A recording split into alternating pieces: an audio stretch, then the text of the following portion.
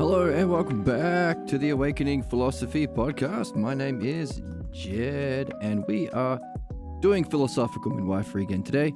Last time we had a huge review. We had a bunch of new chatters that were all eager to understand what exactly we do here, what is philosophy really compared to what it ain't, what we are told is philosophy in school, and also what is reading compared to what it ain't, the way we're taught to interpret and not actually read in our schools today.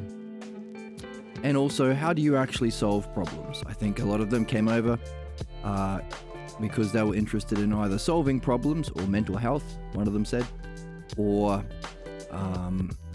understanding spirituality.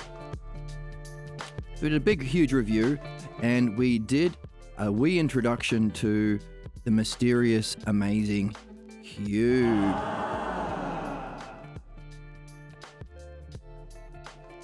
The cube is something that we are going to talk more about as we continue to learn and continue to grow together on this channel. Let me just fix the lighting.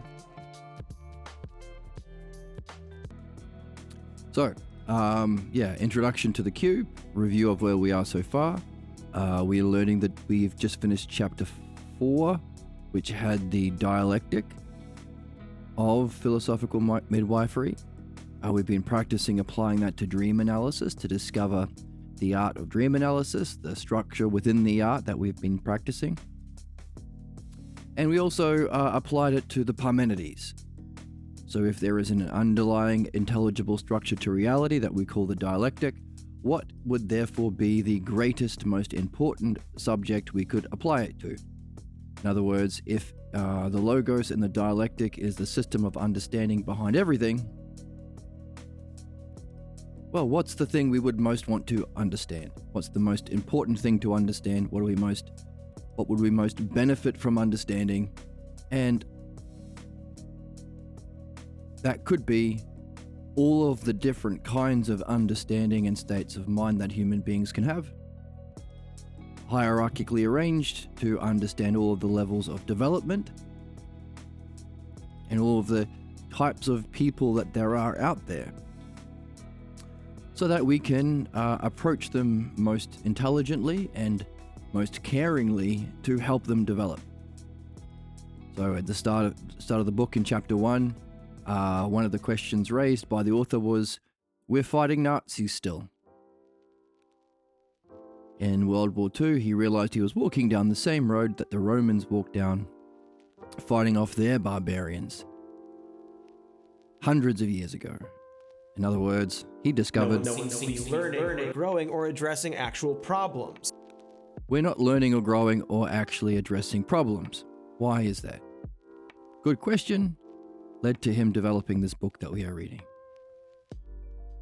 So we want to know how to solve problems, but also in order to do that, we have to recognize where our subjects are.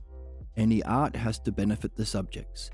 One of the reasons we're living in such a terrible dystopian hellscape of a world currently is because we don't recognize that as a principle. We recognize that a doctor must always act for the benefit of his subjects only. We recognize that a pilot of a plane has to do that as well and have an understanding of how specifically to fly the plane. But for some reason, we do not demand such a thing from the politicians. So the absolute worst human beings among us have a profession where they can play out their sickness. The biggest bastards can have a job. Hey, you're the worst of human beings? Yeah.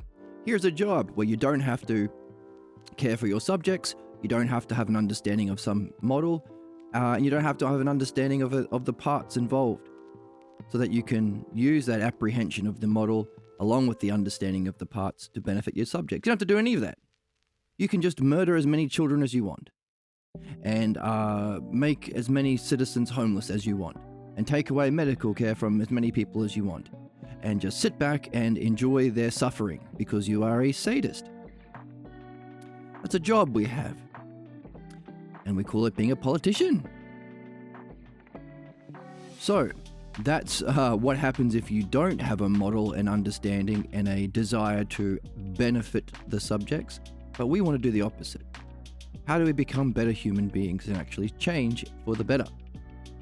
Well, it would involve understanding all of the different types of people that there are out there, so that we can most appropriately respond to where they're at and what they need to change for the better. So, broadly speaking, that's the dialectic applied to, well, the kinds of souls, which is the hypotheses of Parmenides, the 9 hypotheses of Parmenides. So, we went through that, we reviewed that last time, but we also asked the question, hang on a second, are we only in one stage all the time? Or do personality types have a combination of a few different stages together? If so, how can we understand, visualize the different levels or hypotheses different types of people are in?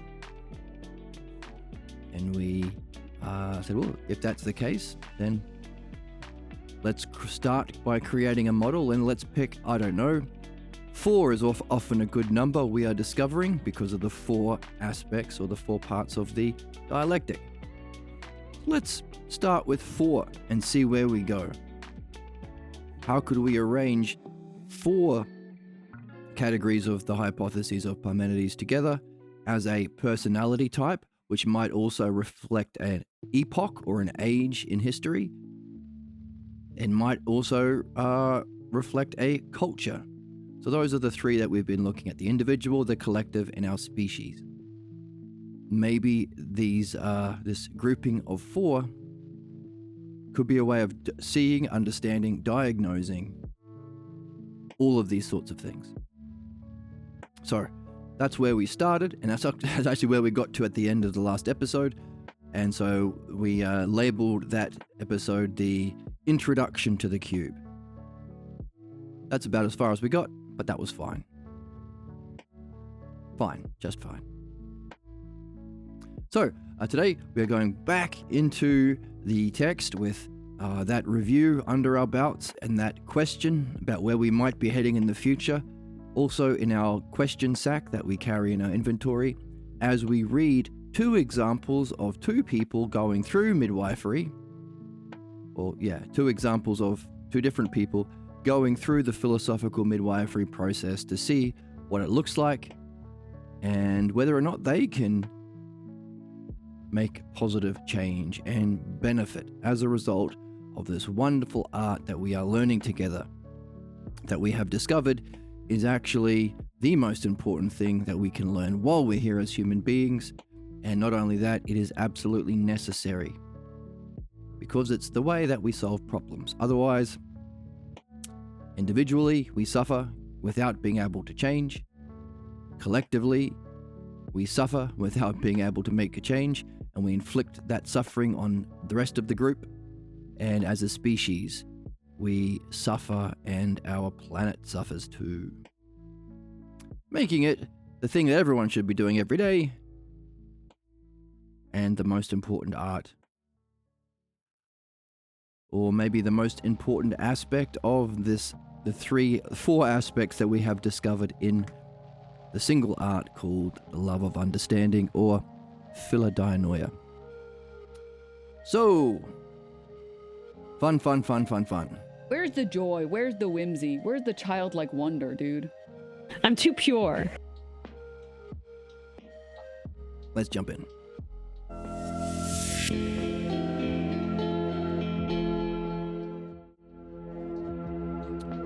Here we are with chapter 5.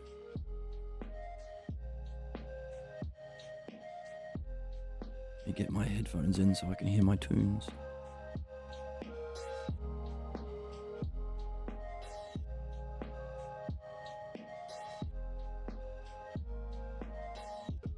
Chapter 5. Dialogue summaries.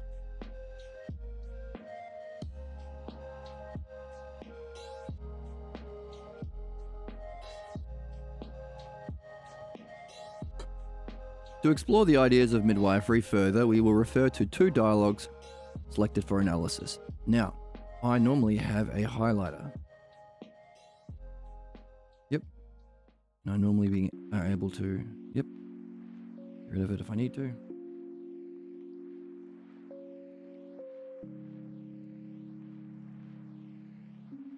Estimates of the total number of midwifery talks. I have midwife probably in the thousands or tens of thousands or hundreds of thousands, maybe. Picked 2 people. It's important to use a blackboard. Or if you don't have a blackboard because you're meeting for coffee with someone,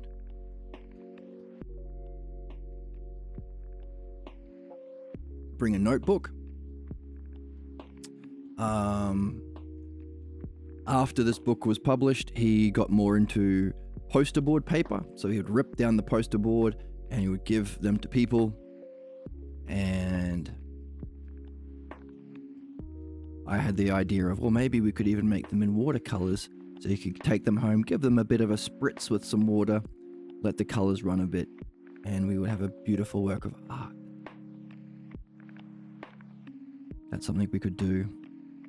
Oh, and then we imagined a vision of a place where anybody who is interested in mastering this art could come from any part of the world, and you would get a room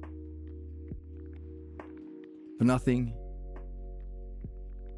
and you would get to hang out with people doing this. And that's where you would do the midwifery and get the poster board at the end of the talk, and you could spray it and hang it hang it in your room, and that would be eventually what becomes your wallpaper. So everyone gets a free room because we can, and this is the most important thing.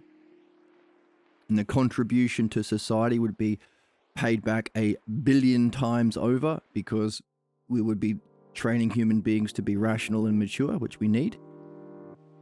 Solving problems, which we need.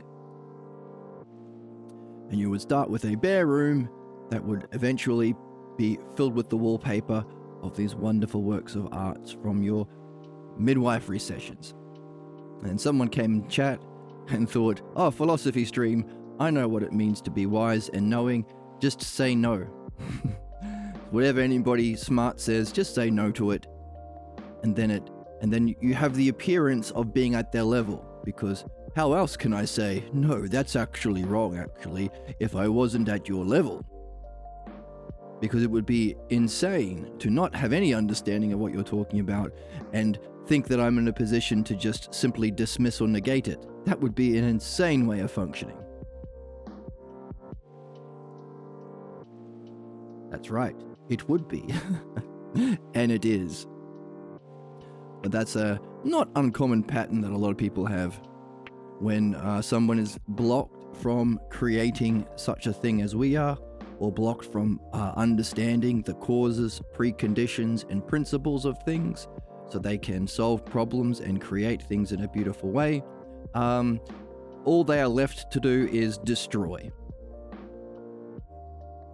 Because they have to function in some way. You're still alive. And if you can't function in a good, creative way, well, all you can do is pretend to be a knower by destroying things. Just saying no to everything. No. Very, very common for people who are blocked. Now, it's fun to make fun of such people. But if they come to realize, hopefully as a result of us having a good bit of a laugh at such a silly way of being, and they become curious about what they're doing and genuinely seek to unblock themselves, we can apply this art and help them turn themselves around. And then maybe when they go through this process, they will be able to create, and they will have someone coming into their space and saying, actually that's wrong, or disagree. And they will have recognized that and go, oh yeah, I know this. I remember being that way. And having gone through what it takes to turn around, they might be a fantastic midwife for such a person. That's the vision.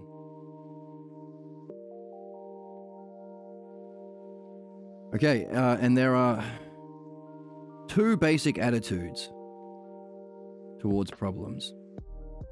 Either we believe that we know and we're shocked to discover we don't. I thought I knew what myself was. Or we believe we can't know and we're surprised that at a different level we do. So how do we awaken the knowledge that we have deep within us of ourselves and what we need to solve problems? And how do we equally overcome that kind of ignorance where we think we know stuff we don't?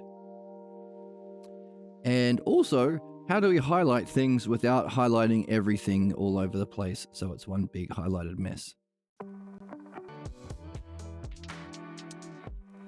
Two basic attitudes. Believe that we know and discover that we don't. Or believe we can't know and discover that we do. Let's jump in. Subject 1. At the time of the dialogue, subject A was single, 25-year-old, graduate student in political science.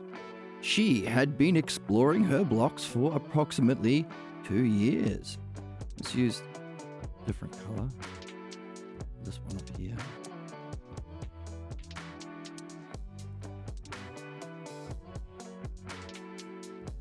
Before the talk was recorded.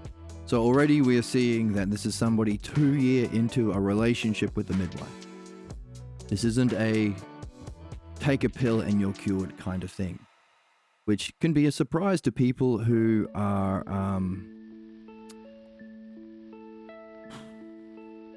used to the model of psychotherapy from our modern world, which of course doesn't have a paradigm yet, because this is the paradigm, we're learning it here. And so it lifts from the medical model, the medical paradigm, which you can just say, here's a diagnosis of an illness, here is the medicine, now you don't have a human problem that your soul has been specifically born to address. A certain false belief about yourself and the nature of reality that prevented your spiritual experiences, growth, movement, and missed an opportunity that was available to you before your incarnation. So, because of that, your soul somehow picked a point of history, a society, a family clan, where you would pick up a false belief about yourself and reality, reflecting that issue that you had, giving you the preconditions to be able to solve that problem. So, do you see how all of those things that we have explored from previous chapters are wiped away with the medical model? None of that soul stuff.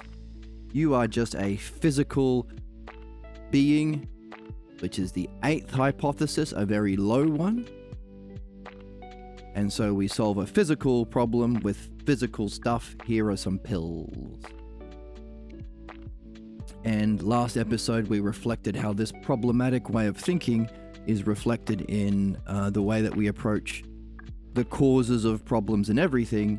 In fact, we have a name for them. They are called the Aristotelian causes, or the materialistic causes, which give us what we need to get a pathologos. But without the positive set, what if the logos, ousia, and self does exist? We do not have a way of understanding that allows us to solve problems. That was the last episode. Lots of fun. That's weird that you think that. It is weird, but also good. So 2 years. So it's not an all-at-once thing. This person has already been doing it for 2 years. She had no psychotherapeutic experience prior to beginning sessions in midwifery. Her father was a college graduate, had been a flight instructor in the service. Her mother and sister were housewives and businesswomen. And her brother was a graduate student. Okay. Subject summary of each 5-minute interval for subject A. Okay, so we have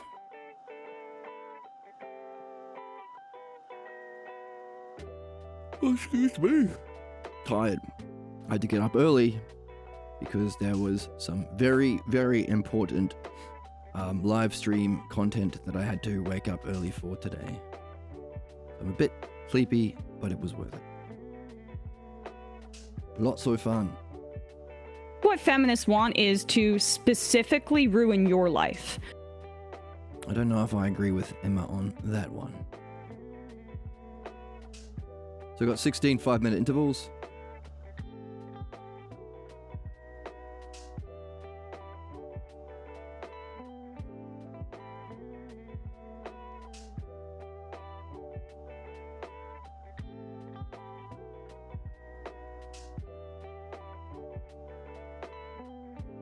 Number 1. Subject A introduces the session with a description of a statistics text that she had been studying and recalls what she said to herself when she became discouraged. Okay, so she starts recalling her words when she was in a certain state of mind. And those words were, "Oh, you read this before. Just go on and skip it." She recalls this occurred when she was picking her face. So we have some physical stuff. So physical actions connected with the state of mind, connected with some words. She continues to tell herself, "You always skip it, and when called upon to remember, you don't," adding, "No, go back and study it. Why do I have to go through such pain? It's embarrassing to recognize I do not know this stuff." So we can maybe have a state of mind recognized in her words. Words, states of mind, and actions.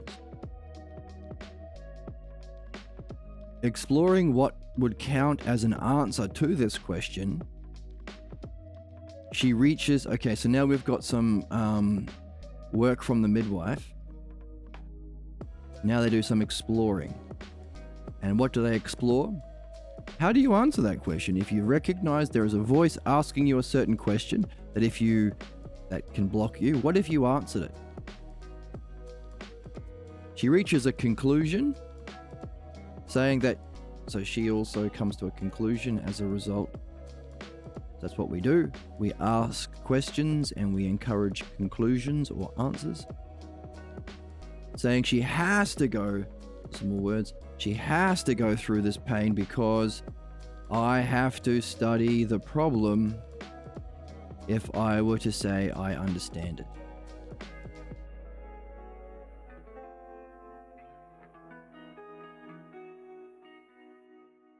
Returning to the question,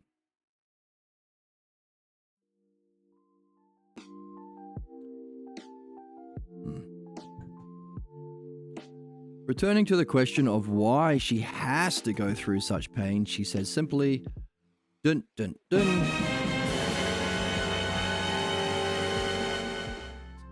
Because I deserve it.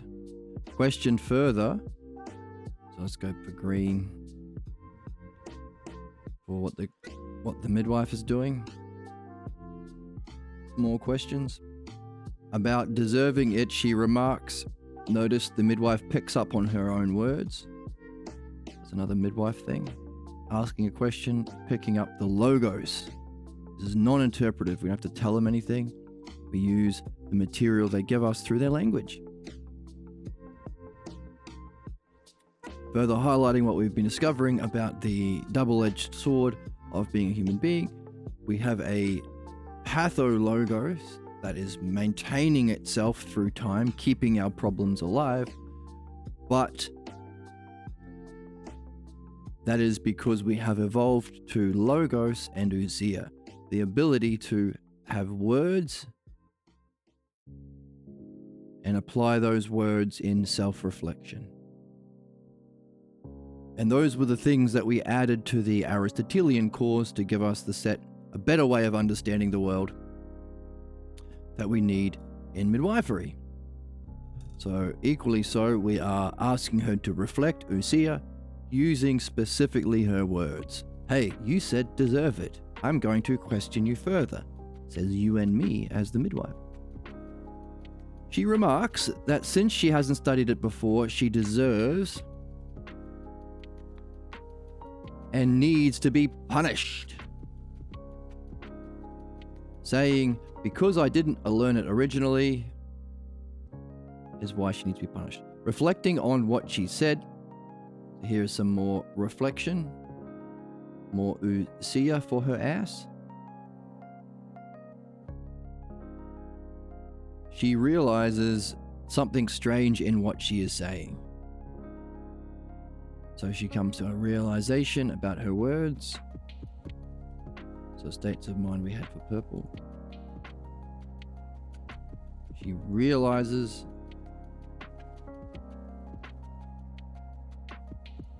different purple. Something strange about what she is saying.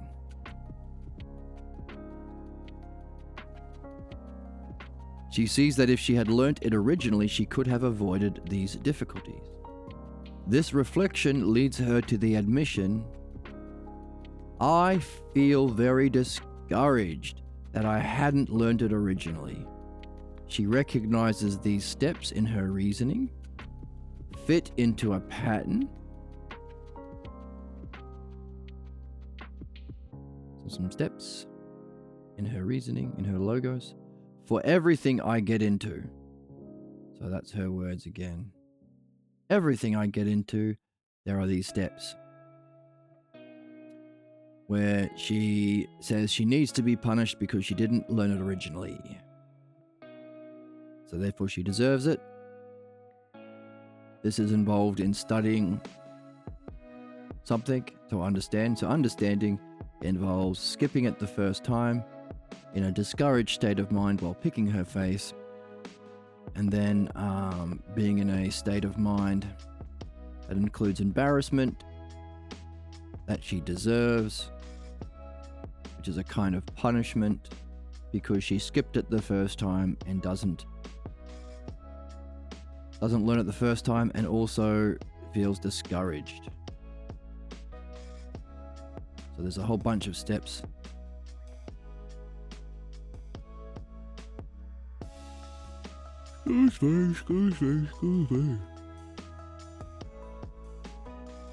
That she has recognized through this kind of reflection, discouraged state of mind, fit into a pattern for everything she gets into. So we've gone from a reasoned reflection using the words given on a present problem, and we've seen that it also functions through her past. She tells herself, I don't learn what I set out to learn originally. I don't get into it. And acknowledges this happens whether she studies it before or not. So there's a kind of a contradiction.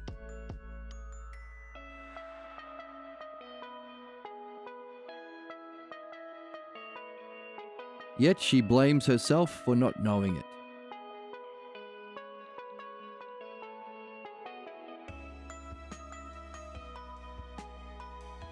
Since she argues, I should have studied this before. When I did have the time, I wasted it. Continuing to reflect in this way, she comes to an apparent solution to this difficulty. So a kind of solution that we are saying is an apparent solution, so not a real one. She reasons, get through it. Then you can study it afterwards. She reports, however, that this attitude of getting through it, the attitude,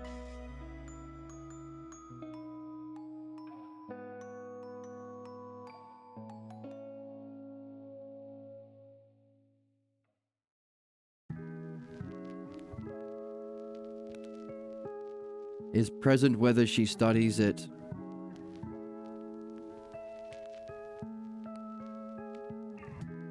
originally or attempts it later. Sorry, this attitude of getting through it is present whether she studies it originally or attempts to learn it later. In studying, therefore, she concludes, I have to hurry up. Otherwise,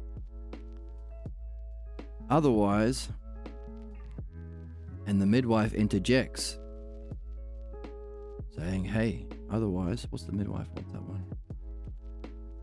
Green. Midwife interjects, saying, otherwise you might understand it, right? You took your time, as we are doing on this channel. Subject A insists, it's a waste of time to understand. Just get through it. And adds that every time she takes a test, she always finds out what she hasn't understood, and so she concludes it's a waste of time. Just get through it. So we've already seen some, as we look for in dream analysis and midwifery, and in our reading of philosophy, repeating themes. Waste of time is one of them. She anticipates being caught.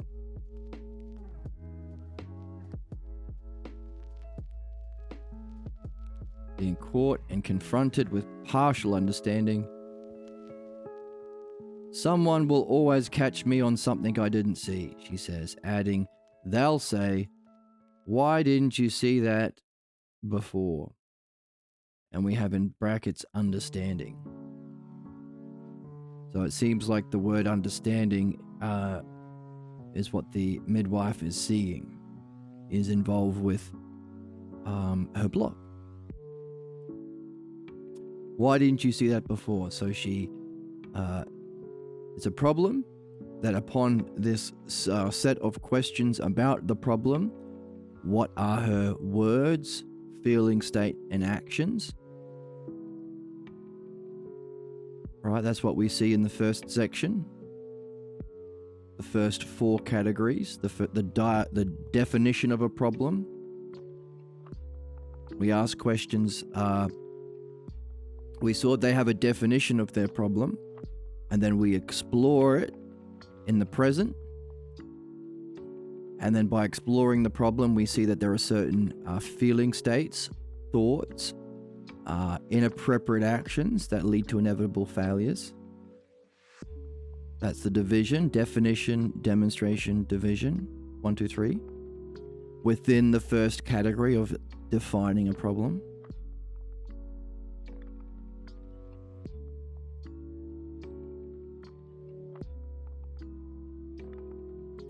And in doing so, she realizes that this present problem has a history. She always gets in it in these situations.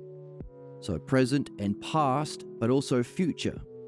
She's anticipating her future. I know what's going to happen. Someone will confront me on something I didn't see, and they'll say, why didn't you understand it before? And that she'll feel embarrassed about that and deserve that embarrassment. Sound familiar to anybody watching out there? Wow. She then recalls a specific occasion. Okay, so now it seems like we are, let's go to the board, actually.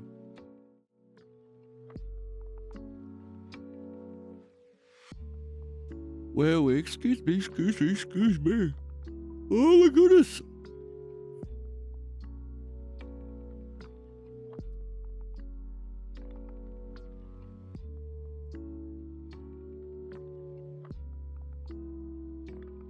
On the board, we have summarized these stages, these stages into the dialectic.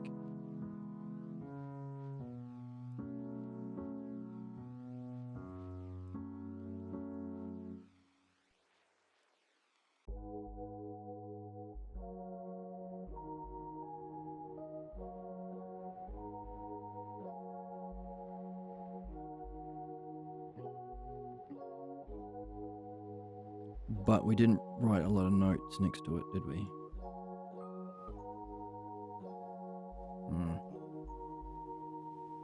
Okay. Well, here's the map anyway. 4 categories.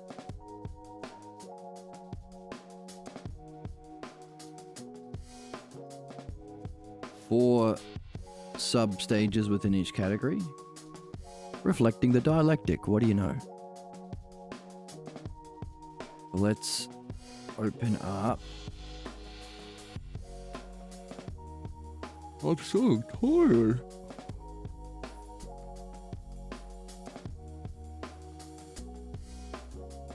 Let's open up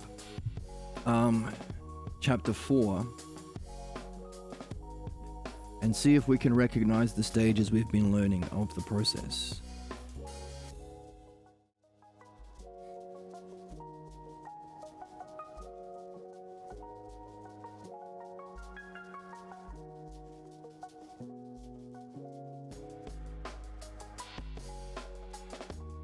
Okay, what have we got already?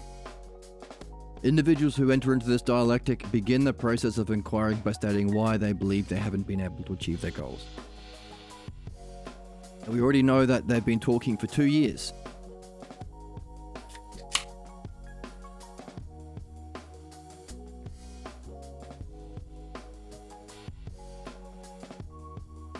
However,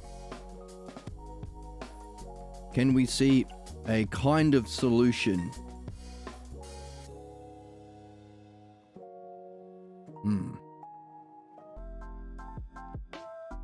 So in this one,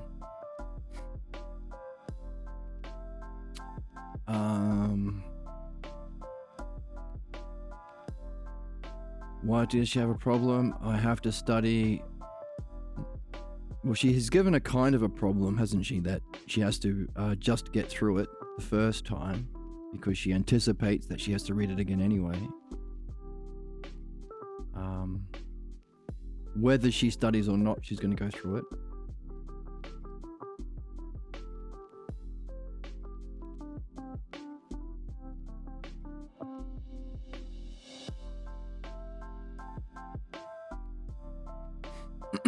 But she has to, she says she reaches a conclusion about why she has the problem because she has to go through this pain because this is what's involved in studying something. And if I want to understand it, I have to study it. Therefore, that involves that pain. That's the conclusion. So that's her definition of why she has the problem. It's something to do with what she believes is involved in understanding.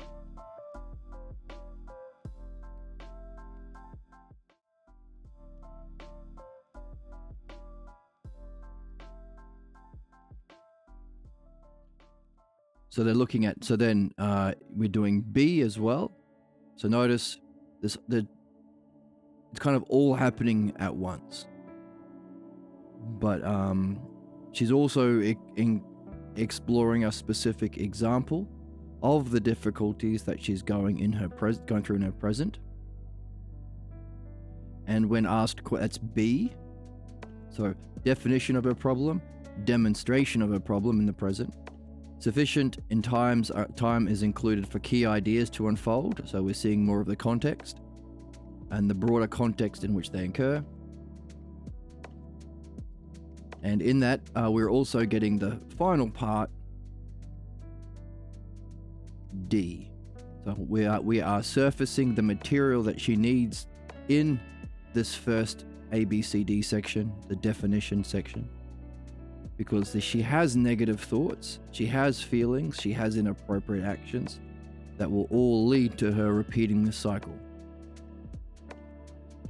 Okay, she hasn't, I'm not sure whether she has yet tied it into the synthesis that comes along with D. Synthesizing this into a state of mind. She has talked about states of mind. But whether or not she has unified it into this yet to see.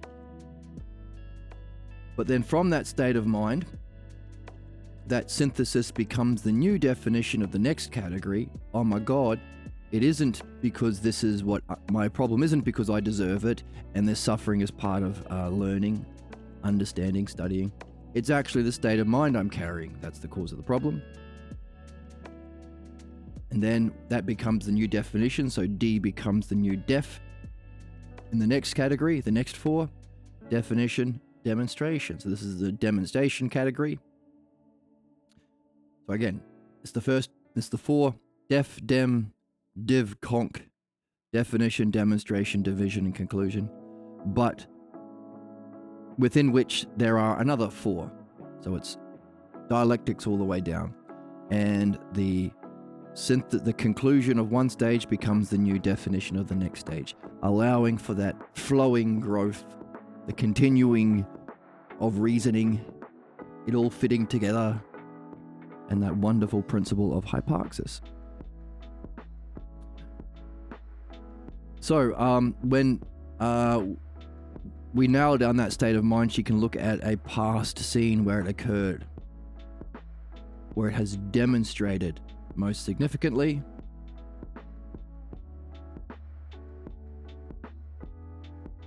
so that's the demonstration. And then when we review those past scenes, that's E and F, there's our division of that state of mind. You can see that the ideas and themes that you divide that up from that earlier scene relates to other divisions, the divisions within the roles of the family. And then from that, you can synthesize, oh my God, my past isn't what I thought it was. Just like my problem wasn't what I thought it was. So you have a new way of perceiving the past. That's the synthesis, which becomes the definition of division. So the division category. Past, connections between the past and the present is the next, GH. And past, present, future gives you I. Definition of a new definition of the past. How does that past function? The past functions as your projections onto your present. Ever come across people who don't seem to hear what you're saying and they just project other stuff? They hear other stuff or they respond to other stuff? Well, if it's not in the present, where are they getting it from? Necessarily, it has to be from their past. The source of our projections or interpretations of the present that have problematic effects, as we're seeing, is something we're carrying from the past. H. I is connecting your past to your present. And then, H is connecting your past to your present. I is using that to have a better future, which would contrast with the other past, present, and future that's involved in the pathologos. A pathologos, as we saw at the end, also has a past, present, and future, but it's the distorted version of GHI. We think what is most real is G, our past, causing us to project it onto our present, molding and shaping us, as well as anticipating our future I, leading to a conclusion, the same repeating cycles of failure. So we can see that we're in the first category, A, B, C, D. She seems to have the material needed to come to a conclusion, D, but we can see aspects starting to surface of what will happen later. She's seen it has a past. She recognized, there is some talk of how she anticipates the future. Again, not the real I, where you can actually have a better future. It's the pathologos anticipation of the future, which we read at the end.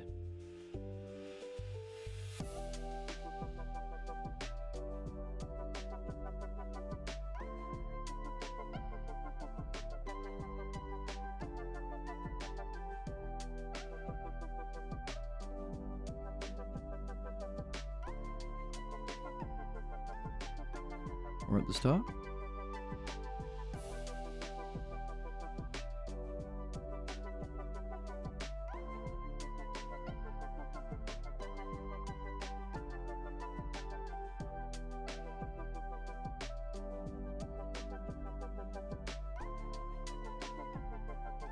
Oh yes, no, J. Here we go. Mold. So yes, after they see their past in a new way, connect it with their present, apply it to reaching a new future, they come to a conclusion: past, present, future, self. There was a false self-image that influences, molds them, and shapes their anticipation of reality. So we can see that already in subject A, but we know that she will get to see it when she reaches J. Okay.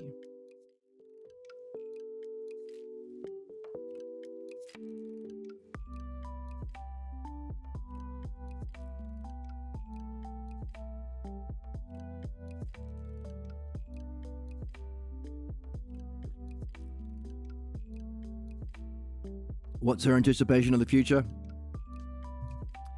She anticipates getting caught and confronted with partial understanding.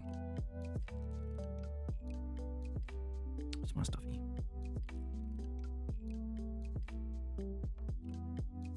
Someone will always catch me on something I didn't see, and they'll say, "Why didn't you see that before?"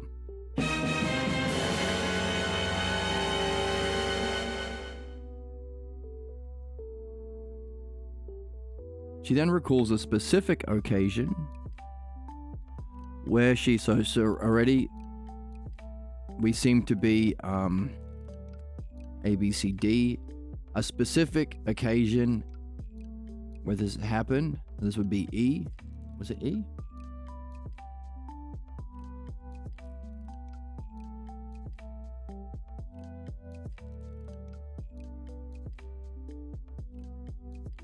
Yeah. ABCD is the state of mind that unifies the aspects of a problem. That state of mind, we have to see where it functions most significantly in the past. Definition, demonstration. So D is the new definition. So what's a key scene? So we're up to E. A specific occasion.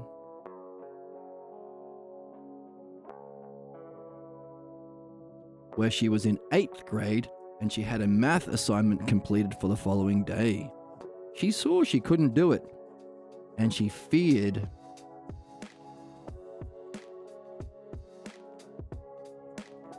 that if the teacher were to discover how little she knew, she would be put back 2 grades.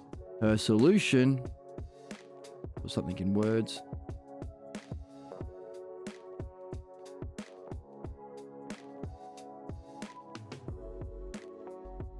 We'll use yellow. Her solution: I have to bluff.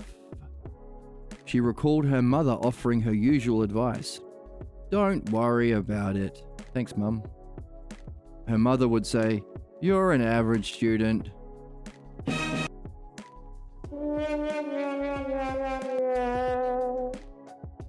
Then subject A concludes, "So I don't have to understand it."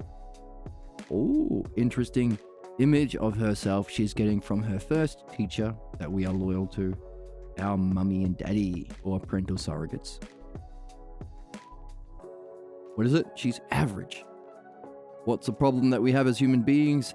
Not striving for excellence in our goals and the way that we reach them. Mediocrity. She recalls asking her father for help. "Papa, dear Papa."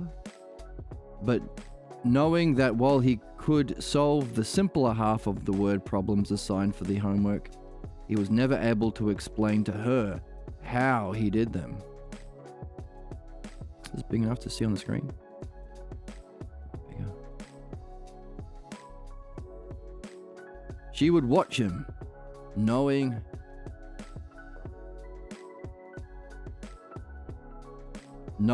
that she wasn't learning, and saying to herself, I'm not going to be able to understand it. Thanks, Papa. After another unsuccessful tutoring session with her father, she decided the best way to prepare for the math test would be by memorizing the problem. So here's a kind of solution.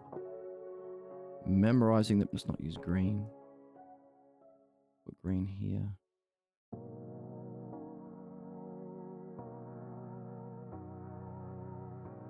Memorizing the problems in the text and applying them to word problems in the test that seemed similar.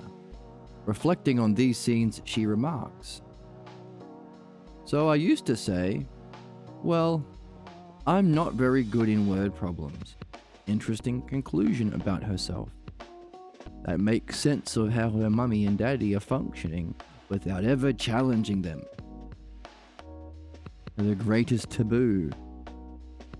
If we are going to stay ignorant and barbaric, never question the sanctity of the God King, the two professions in our society where you don't have to have an art, you don't have to have understanding, you don't have to have the image of the paradigm or model, you don't have to work for benefit. You just divinely picked by Jesus, by God.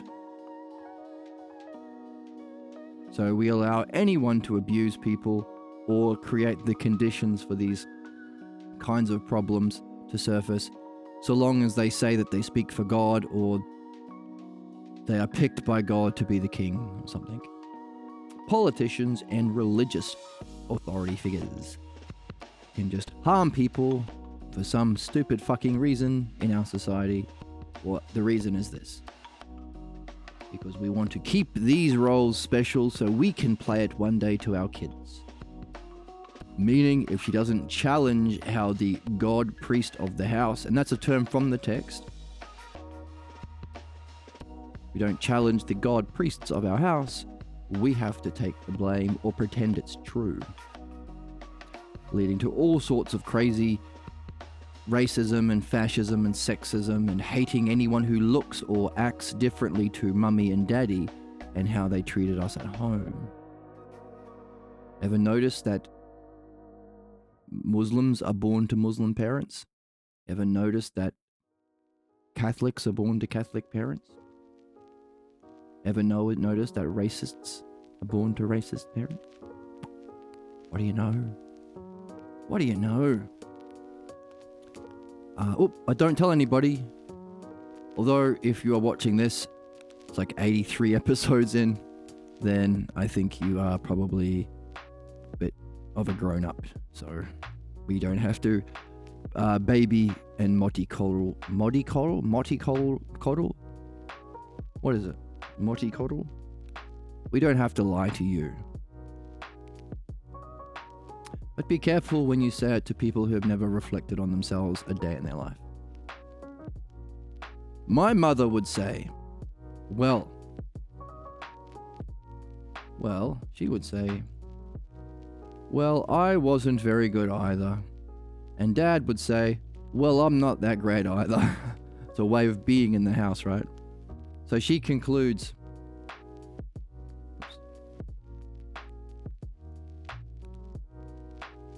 what's happened here?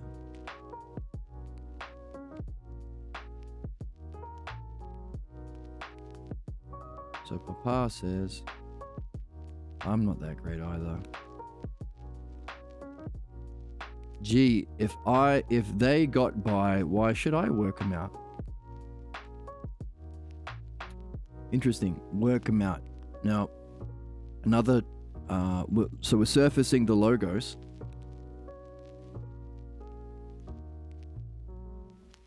And one of the things that is being captured here in this transcription is idiosyncrasies. I can't say that word. Really? Whose voice is that? Idiosyncronicities? I don't know. Idiosyncrasies? Uniqueness of our language that might reflect a family way of being. Work them out. Might be a certain tone, accent, choice of words. Just like right at the beginning when she describes being a no problem, she also has a way of doing it. She's picking her face. She's discouraged. So we can look out for these unique idiosyncrasies of words. Gee, if I got by, why should I work them out?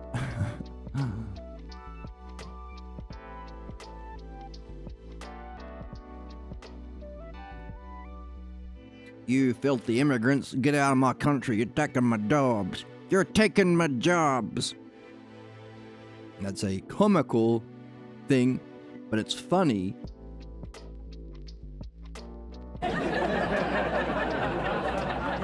Because we recognize there's some truth to it. In the the specific way in which certain people talk from certain cultures or certain milieus can reflect certain ignorant beliefs, like racist beliefs. And it's the people with those thick accents is often a big tell. Why? Where do they learn that accent from? Where do they learn that way of picking their face or talking to people from? It's not always, of course, it might just be an accent. But certain cultures have certain beliefs. And our pathologos has to fit within the milieu, within the cultural pathologos. So we are understanding why funny things are funny.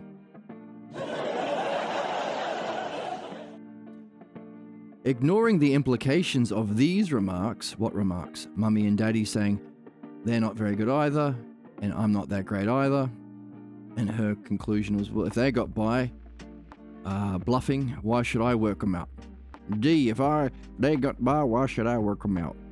Ignoring the implications of these remarks, she insists that she still cannot understand word problems. She knows. She's insisting.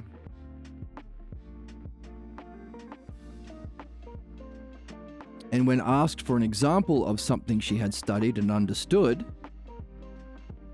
so asked as a midwife, give me an example of something you have understood. She reports, I don't have anything I recall that I have understood with my dad. She agrees the only thing she has learnt was to just get through it. So we can see, Mummy just got through it, Daddy just got through it. The way they're relating to her treats her in a way where she can't actually learn. Not giving the causal pathologos false image about herself, being rubbish at learning and understanding, being deserving the pain, expecting the embarrassment, being caught. Not giving her the causes, but setting up the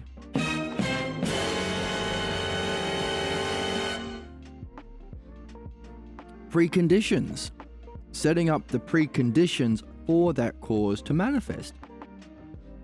Isn't that interesting? Preconditions, causes, and principles are those big things that we love to reflect on. And they're often an indication for more intelligent and usually therefore more kind, good, caring, beneficial people. The people who are more likely to not just repeat the same one-word answers. What's the cause of problems? The damn immigrants, they're taking our jobs. No. Are you really understanding the cause? Or are you just imitating the cruelty? Not only that, do you want to understand the preconditions for such causes to come to be?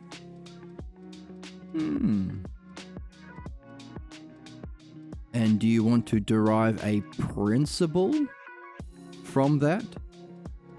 Either in what is needed to solve problems, or what would be a principle that could actually be applied to act in a beneficial way?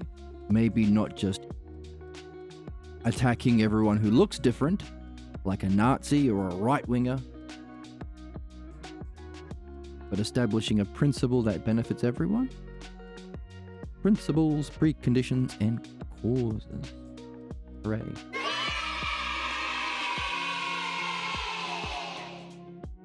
So, she agrees the only thing she learnt from Dad is... She agrees the only thing she learnt was to just get through it, in quotes, and not to reflect on it. Boo.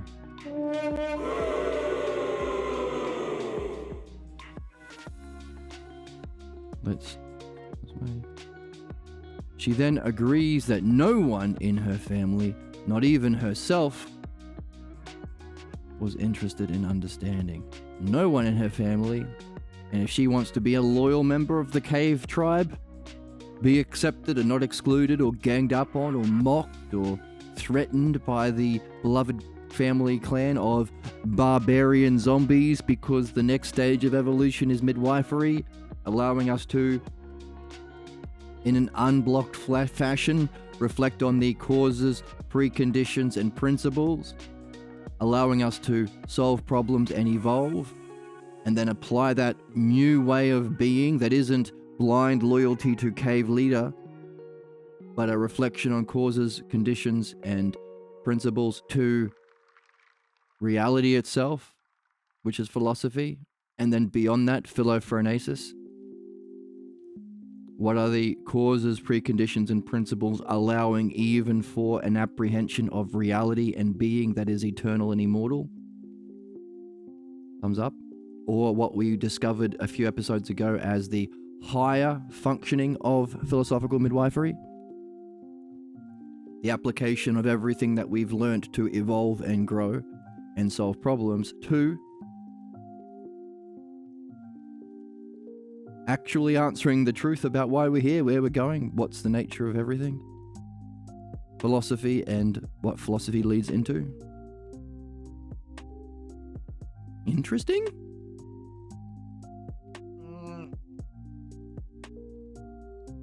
Yes. I'll answer that for you. Yes, interesting.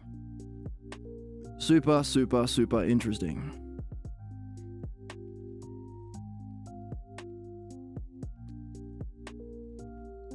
Freaks. No one in her family, not even herself as a loyal tribe member, was interested in understanding. Oh, and by the way, if there's towing the line, imitation, false conclusion about yourself, blind loyalty to tribe or cave leader, be it Putin or Trump or Mummy and Daddy or the priest or Hitler, if that's one side of human evolution, of the stages of human evolution, the fourth hypothesis,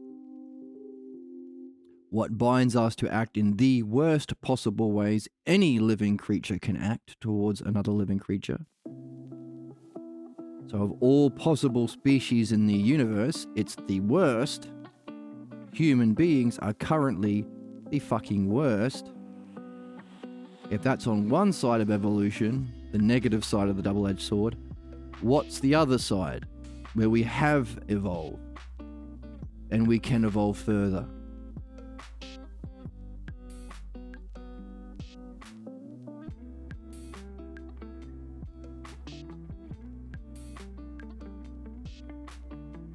Belief is on one side, and the other side is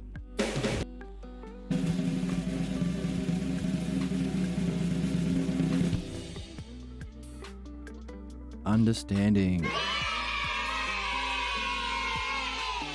Why we call this new art the necessary art for all human beings, and perhaps the reason we're here to begin with, the love of understanding, philodainoia. Can't you just engage with anything in a way that's like meaningful ever? It's just boring, I think, is the problem. I'm just bored of it. Exactly. Examining the present scene for parallels to the past.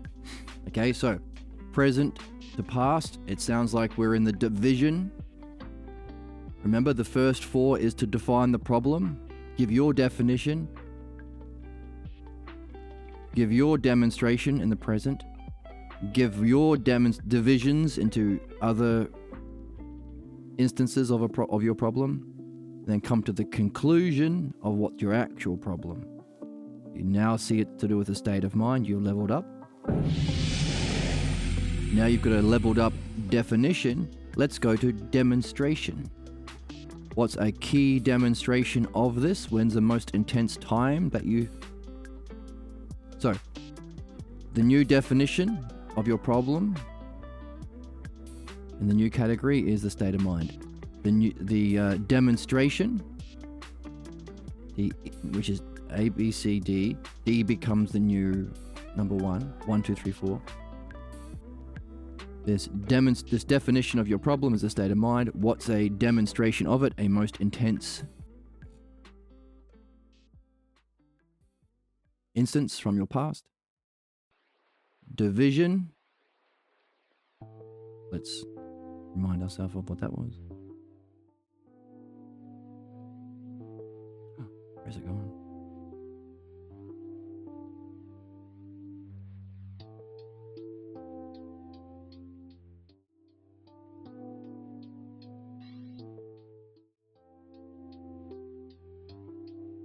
Should be here. What's going on? All right.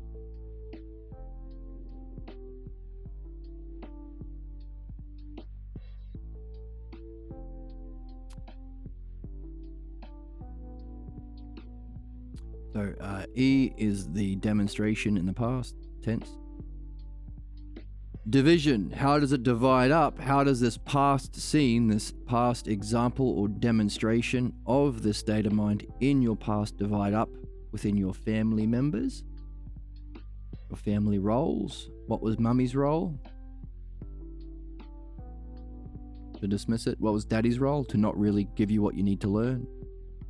They both played the role of saying, hey, look, we don't value understanding. Who cares? Providing the preconditions for you to come to the causal issue of your problem.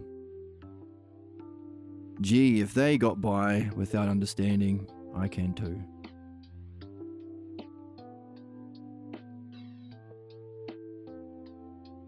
So, she has therefore a demonstration of within the demonstration category, the new definition of the problem state of mind, new example or demonstration of it in the past scene.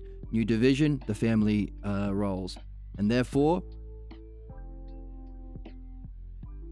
she has a new perception of her past, of how loving and motherly and fatherly her parental figures were. That new perception of the past, G, becomes the new definition of the division stage. So, a new Usia, a new leveling up.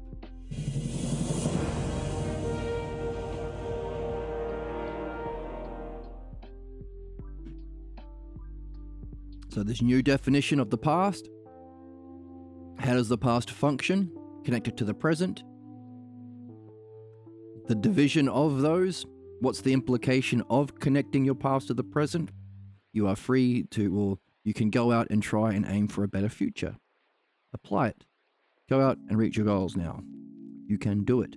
Because I think... Too stupid to understand and also refusing to understand. Why not both, right? No, I actually think... Poor. Well... I don't think that.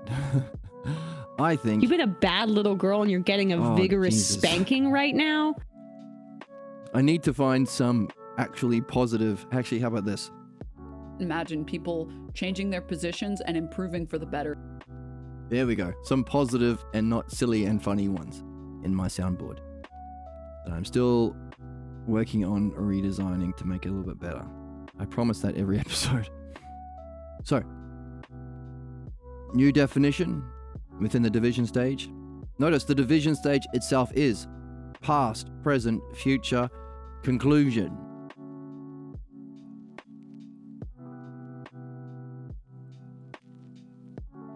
So what level are we in here?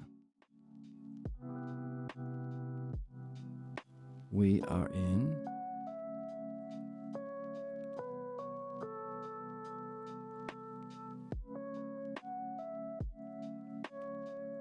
it's worth taking our time to go through this.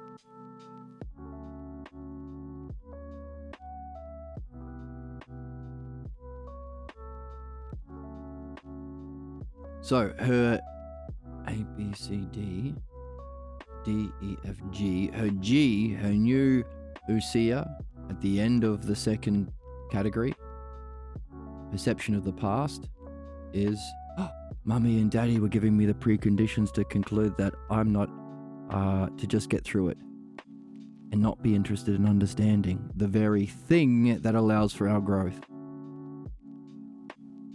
Understanding, the greatest taboo.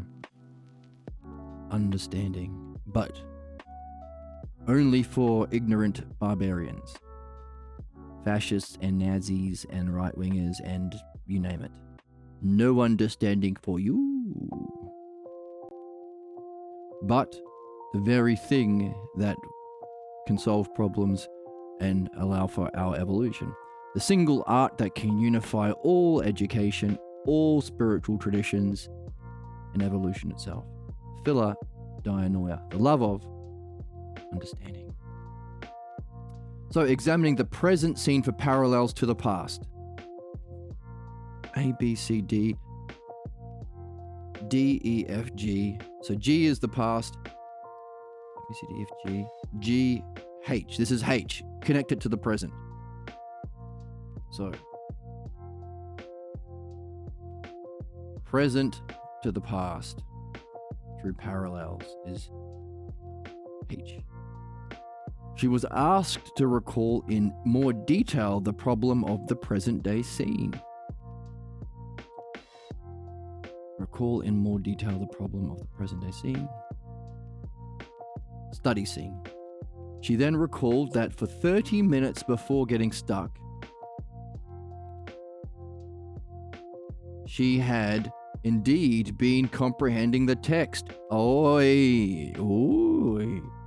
Hadn't said that before. But she had reached a part of the text she saw as important. This is significant. This is why you can't be solving your problems without being in philosophy, without learning what is the most important goal and how to reach it with excellence, with the virtues.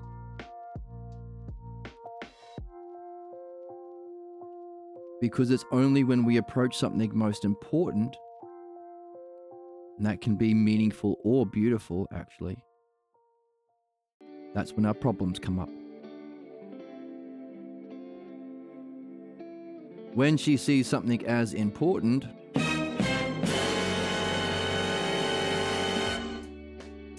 she said to herself, "Oh, you've read this before. Go on, skip it."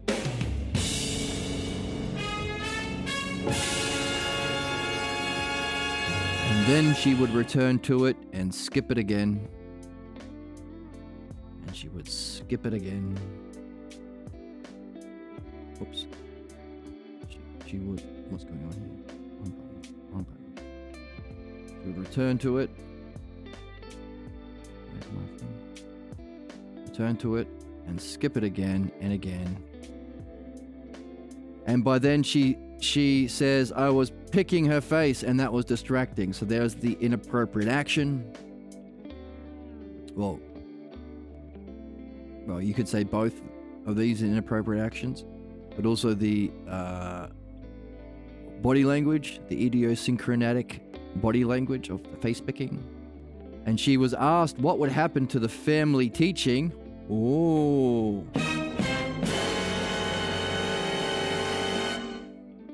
So now that she's at that level of reflection, you've recognized an upgrade in ousia from the first four, A, B, C, D, the definition category. A new definition of her problem. It isn't that she deserves to be punished, whatever. A new ousia. You as a midwife have recognized she has a new ousia as a result of the next four, D, E, F, G. A new perception of her past. So she's in the third stage. new see a new self-reflection, new understanding of herself, and way of reflecting on herself. So now you can ask her questions to connect the past that she can now see differently to her present.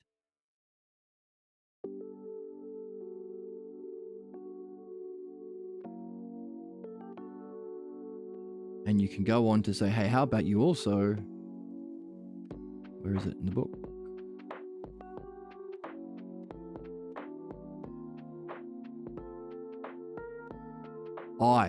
Ask her questions that can be seen as solutions or hypotheses. What's the underlying teaching?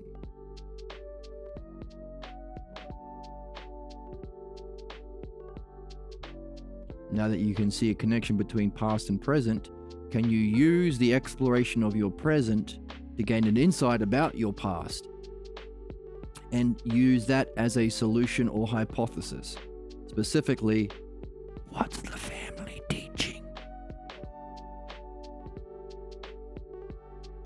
So you can ask them these questions now that they've upgraded twice. They've leveled up twice.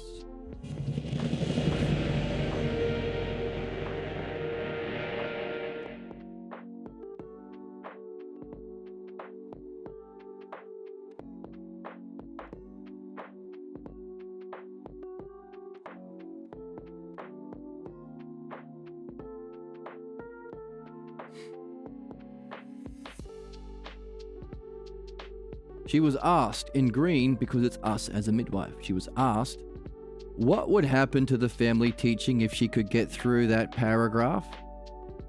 She responds, no, it couldn't happen. I mean, she said thoughtfully,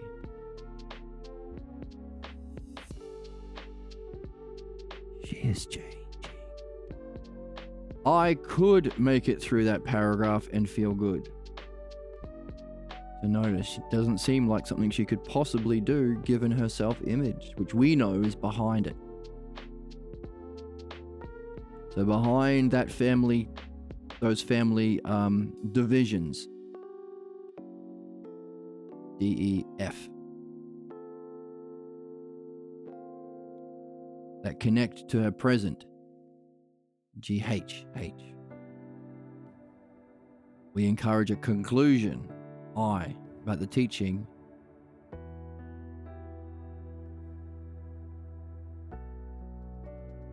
And then later on, we will see that there is a, behind this, the preconditions of our family roles and background and household, that somehow our soul picked to learn something specifically, which again makes punishment fucking stupid if you're here to specifically get this problem and be stuck, which is itself the preconditions for you to do midwifery, which is the reason that you're here, the cause for your existence in time. Thumbs up. It makes no fucking sense to hurt people for having a problem. Now, there is some good literature on the idea that it can be okay to make fun of the absurd teaching that you are loyal to,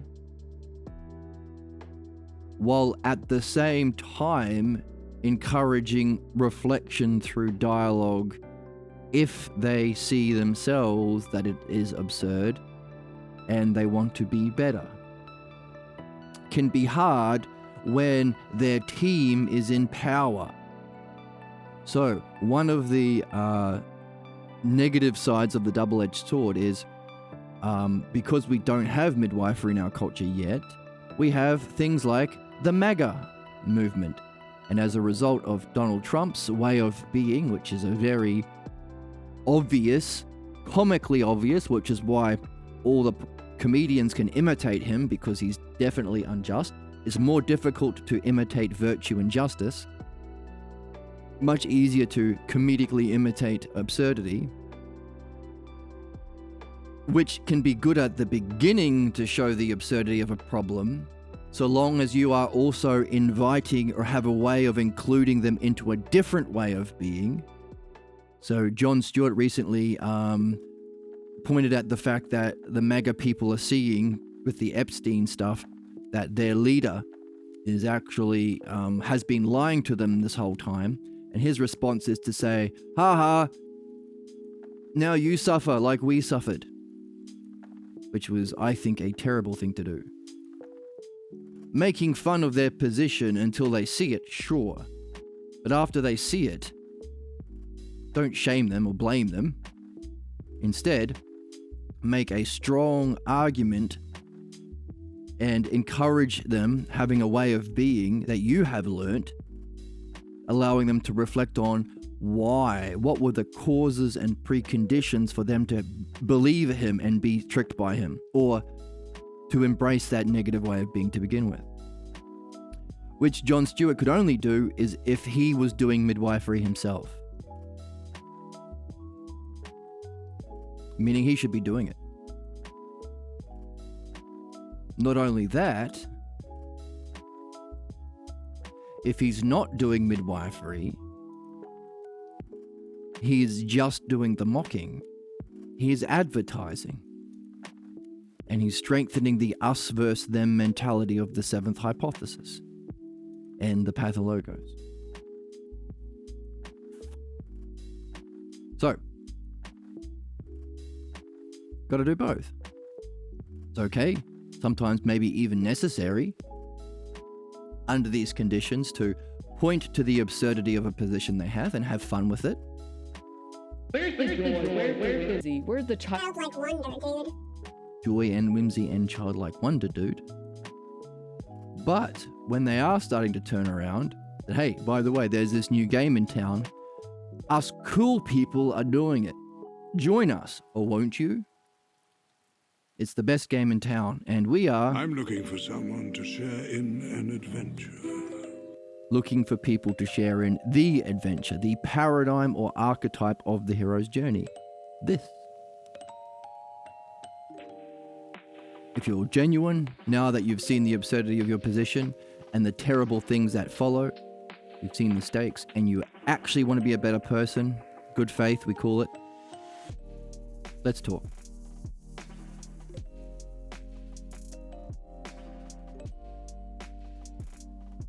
Have a way of being that allows them to express themselves, because part of the MAGA thing is, or the Nazi thing is, they get to be knowing, they get to express themselves, they get to talk about things that are important to them in a way that they haven't been able to before.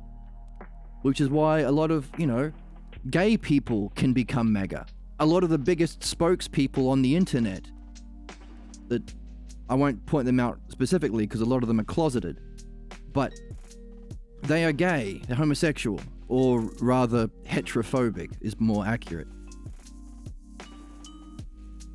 The very thing that MAGA turns on, but they are the ones being the mouthpiece. A lot of foreigners are supporting, immigrants are supporting MAGA, which seems absurd until you realize it gives people a way of expressing what's important to them, a way of talking. We need to equally offer a way of expressing what's most important to people, but in a good way, involving ousia and logos. We have to offer a position for people at every level of the hypothesis. And if human beings fluctuate between different levels of hypotheses, while at the same time evolving through different stages, there needs to be a stage for this, for midwifery, for the logos, for philodianoia, for everyone, no matter what level you're at. You're a racist who likes hierarchies like Jordan Peterson? Have hierarchies within the levels of development of midwifery. How long have you been in the game? How well have you mastered midwifery? You're still stuck in this group mentality? Hey, be in this group. Be in the logos group, the good group, by definition.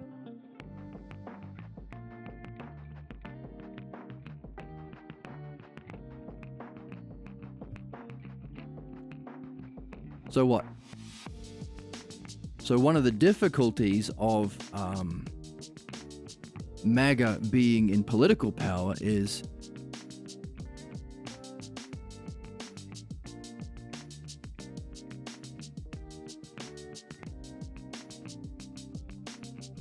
Well, one of the things about MAGA being in political power is they are coming out of the woodwork and expressing themselves. All of the racists and Nazis are like, well, we can just be openly racist and Nazi and criminal now, like the group.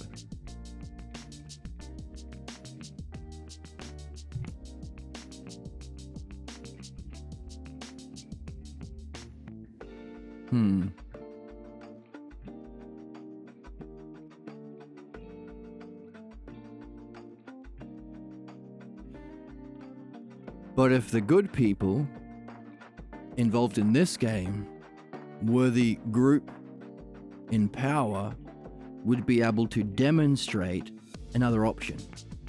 You could stay loyal to this teaching, subject A, and reject understanding. But look at the fun we're having over here.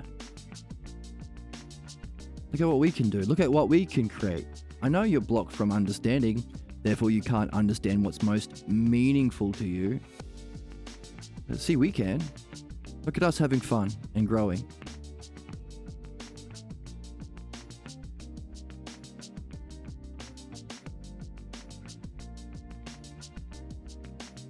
Interesting.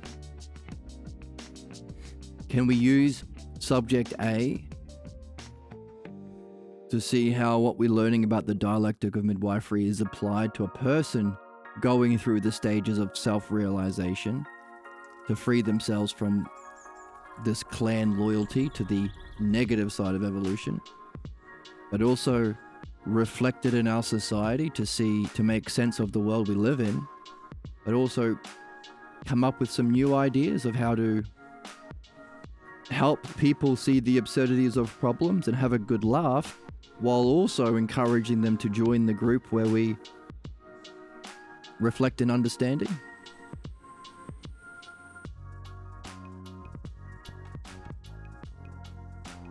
I'm smiling because I learnt that myself. Bit of a... Should I go on it? Yeah, why not? Talk about it. When I was learning from Pierre, the author of this book,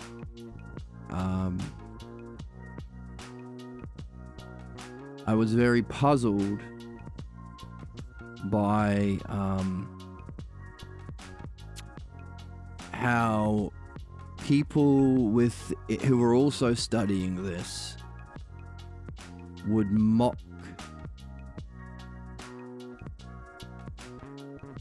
in a vicious way. And I was confused because it didn't make sense to me. As someone who already loved understanding, I didn't grow up in California, I didn't grow up around these people, I didn't go to school and come across a teacher like Pierre. I had to do this pretty much on my own. I mean, I'm still puzzling about why my soul picked that very lonely journey over the other side of the world. So clearly, I was someone very interested in understanding and dialogue at any opportunity. So I was really confused about why Pierre would allow such cruelty.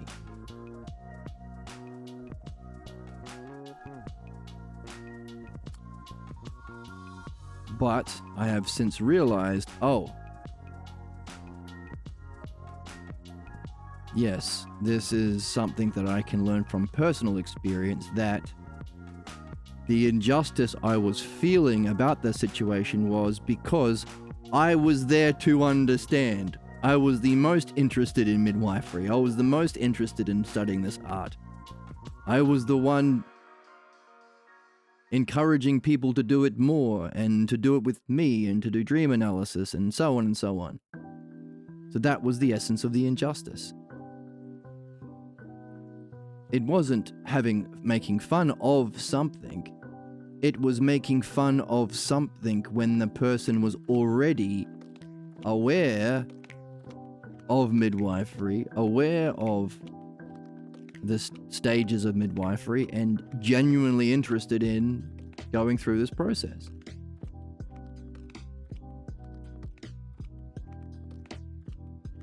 Like, once you're interested in this game, you don't make fun of the person.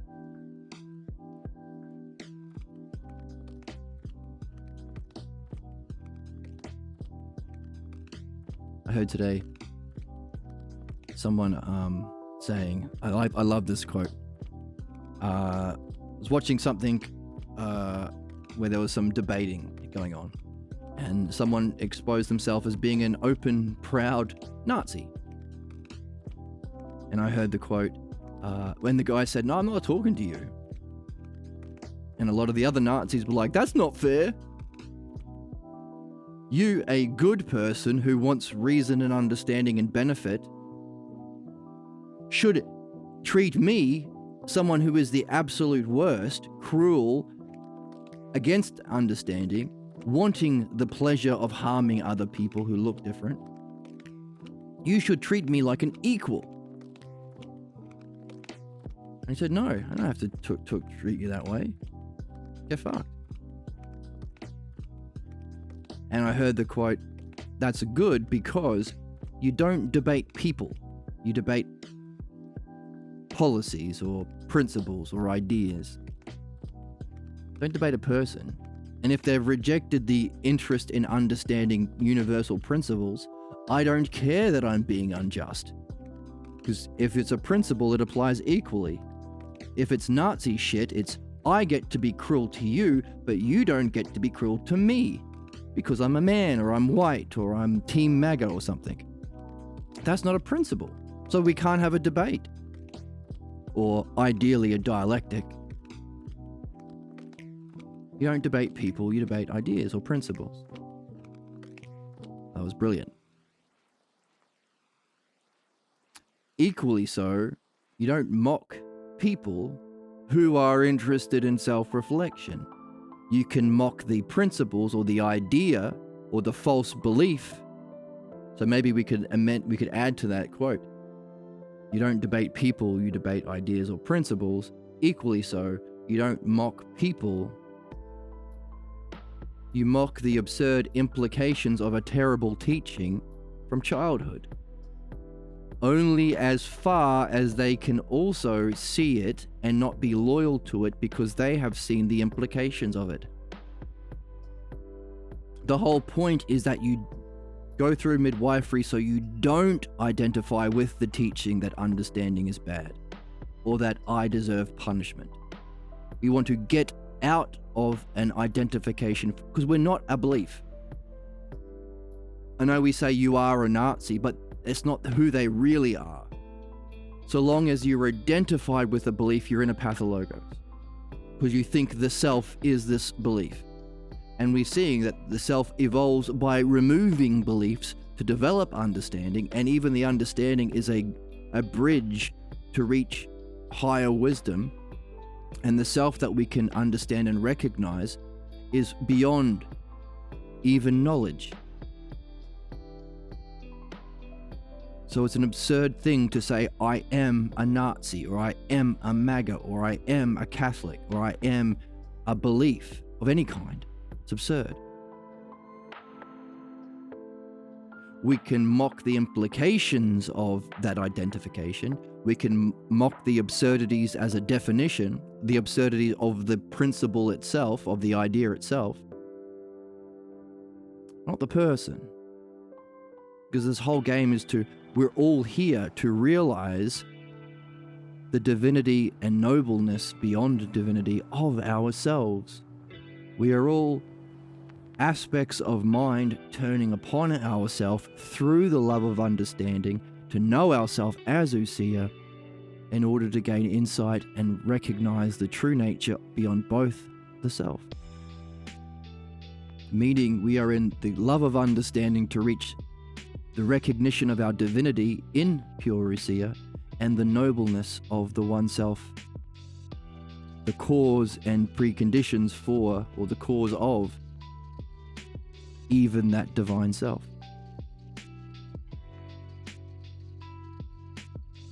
And that was my experience. But there's something really wrong here. You don't mock someone doing midwifery. That's stupid. You don't mock people who are open and curious.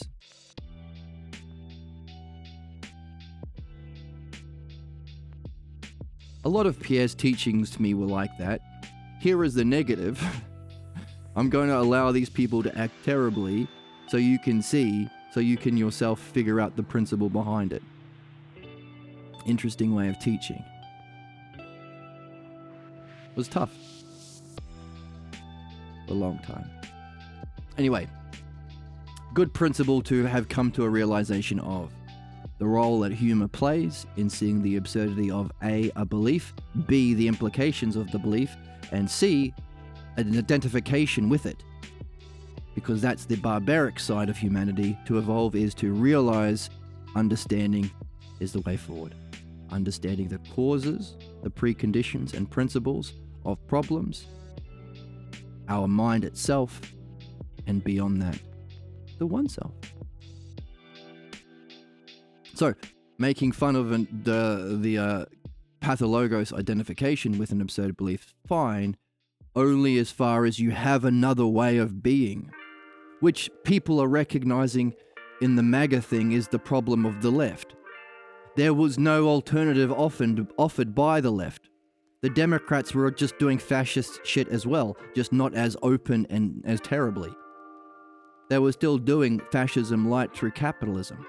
They were still eroding the wealth, allowing billionaires to murder union organizers, not raising the minimum wage, allowing rent to go up ridiculously, all for the profits of the politicians and their friends. In other words, we have to also offer a way of being that anyone at any level can join in on. That's the significance of understanding. Anyone can play. Anyone can. Imagine people changing their positions and improving for the better. And if we have that way of being that is on offer for anyone genuinely interested in joining, we can also have fun in mocking the other side of it, not the person, but the absurd belief that they are being loyal to, and therefore we can... Where's the joy? Where's the whimsy? Where's the childlike wonder, dude? Have fun along the way. So, an important thing to see, which again is midwifery. What did the left not offer the racists? An alternative way of being. So what happens? You have pathologos or pathologos light. That's why dictators come into power so easily, so often. What's the other way of being? What's the opposite to the pathologos? The logos. The actual understanding, the actual paradigm of the health. Like doctors have the paradigm of the health of the soul, of the health of the body, we need the paradigm of the health of the soul. That's the logos. We can't defeat fascism unless we offer an alternative. And if fascism is caused by the pathologos, the root cause, we can't overcome the implications of a society and a species governed by the fascism of the pathologos without having fun learning together the logos, the way of being of the logos. You gotta offer something. So far it's us versus them or them versus us.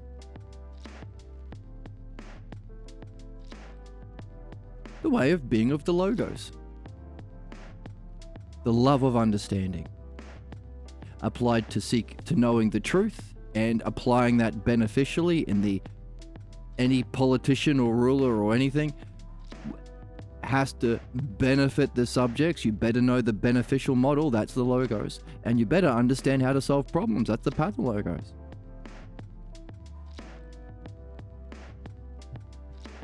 Once again, highlighting, as we do every episode, the fact that what we're learning here, midwifery and the love of understanding, philodianoia, is necessary for every single person and is the most important thing we can do, and maybe the single thing that every other activity is leading us to. Necessarily to solve problems, but also necessary to have an alternative way of being defined by the logos and the love of understanding that we can actually have fun in and offer anyone to come over and join us in. Especially if you are somebody who is able to see through the absurdity of the Pathologos and you can have fun mocking it. Make sure you have a way of being characterized by understanding and you're having fun with your community, with your friends. Having fun and understanding. There are the people out there who do that, and they are the best people. I find that very entertaining. They're having fun, but we need to say, hey, by the way, you know what you were close to doing or what you were doing? This is the name of it. This is how you can do it with excellence. And the more we do it, the more fun we'll have, and the more the others will be like, oh, shit. You know, I'm still at that level of group thinking, but I like that group. They seem to have the better jokes and have a better way of expressing it themselves. It isn't just trolling or just saying no to everything good. I'm actually encouraged and supported and appreciated when I change my mind. The jokes are better too. So, the way of being of Philodianoia or the Logos.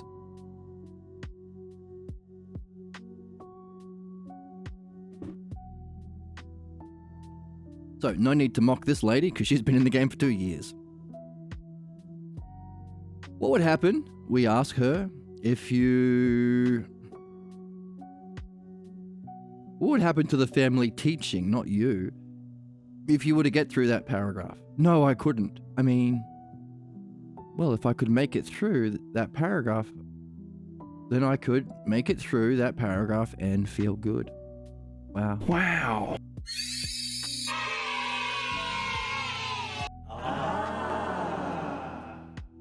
Again, ignoring what she said.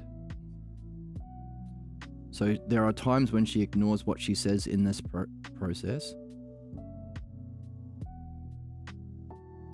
Again, she adds that she could never understand word problems. Takes time. She recognizes that her father would only teach her when she came to him in a discouraged state. I saw an interview or an old talk about this, and somebody said, oh, what about physical illness? What about cancer? Can cancer or physical illnesses be tied to the illness of the soul?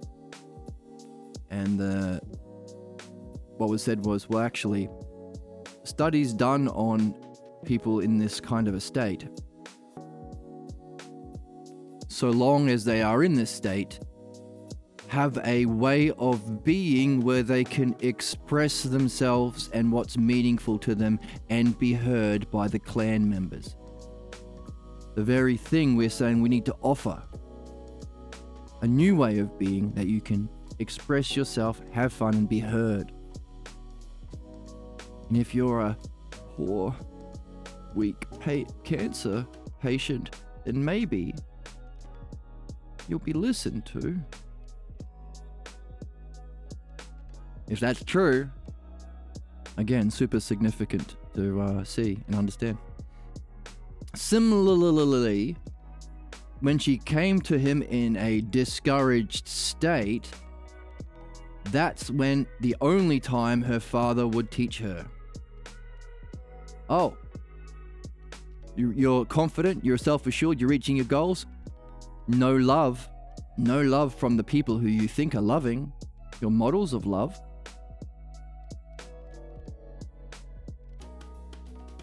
Oh, no, I'm not smart. I can't do it. Oh, now. Preconditions. The precondition. We come to the root cause of our problems. We come to that conclusion about ourselves wordlessly, and we forget that we're carrying it from the past, projecting it onto the present. But the preconditions for our not teaching, learning,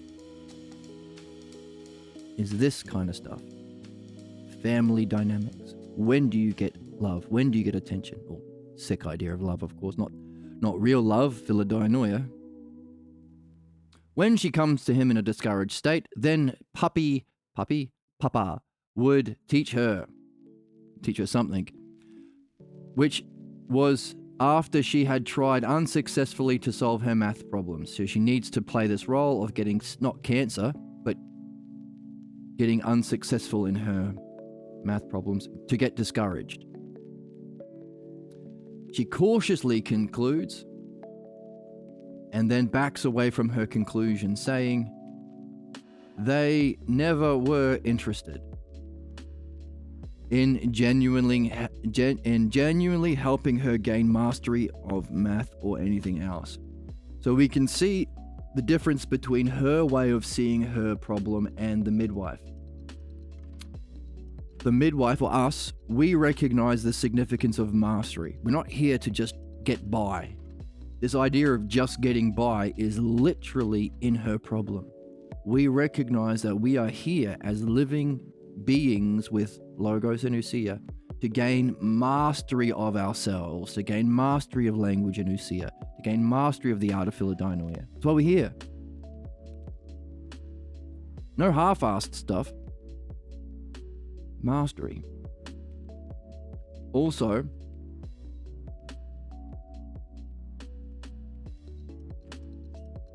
we can see the, in brackets, parallel between past and present. She's just seeing a parallel between this scene she played out with learning math in the past and her current problems in her learning. Past and present, those are self-logos terms that we are learning in our mastery of midwifery. Past and present. Mastery is another term. Also in brackets we have up here, understanding. It's a waste of time. She didn't say it's a waste of time to understand.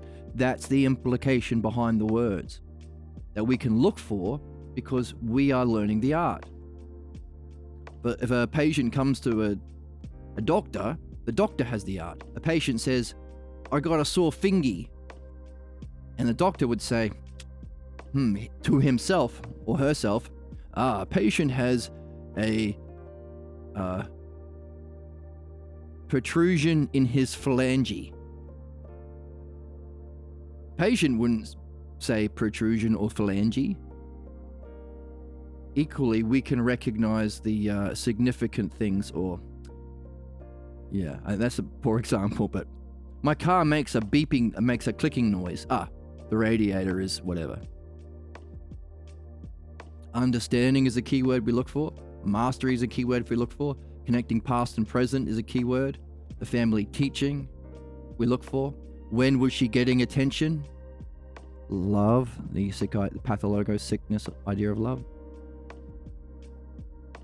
So we have this recognition from our own work and our own reading and our own fun that we're having on the channel. We hear with lovely sound drops. Don't be disgusting.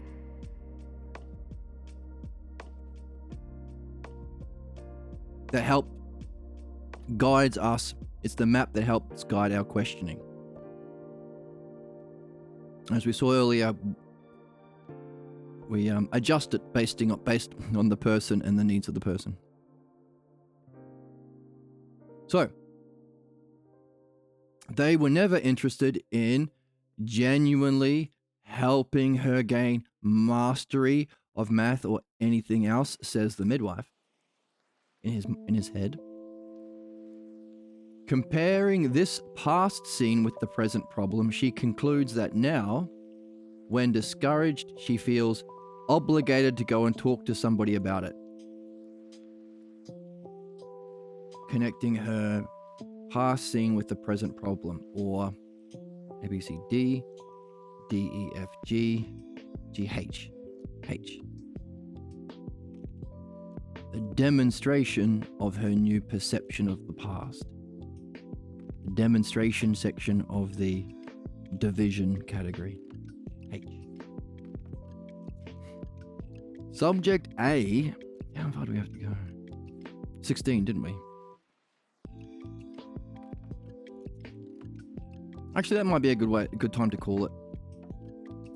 We've seen a lot already with how she's going, how she's reflecting, the sorts of questions that the midwife is asking, the significance of this art, the way that we can understand our current situation in society and as a species, and why we still have MAGA and Nazis. And the idea that you don't debate people, you debate principles or policies. And you don't mock people, you mock the false belief, the implications of the false belief, and the absurdity of identifying with a belief. While at the same time, in both instances, living a life based on a way of being built around philodianoia and midwifery to offer an alternative to the pathologos based on the logos. You need that too. That's what we're doing on this channel. And if you're interested in developing that way of being and modeling that way of being for everyone in the world, feel free to join the Discord, like and subscribe on YouTube, follow along on Twitch, and share everything that you're learning and practicing, and practice this art with your loved ones and friends over coffee. Where's my coffee?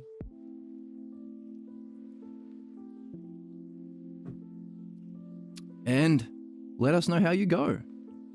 Share your ups and downs and your experiences and insights with us in the chat or in Discord.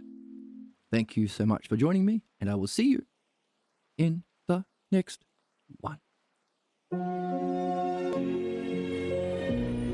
Bye.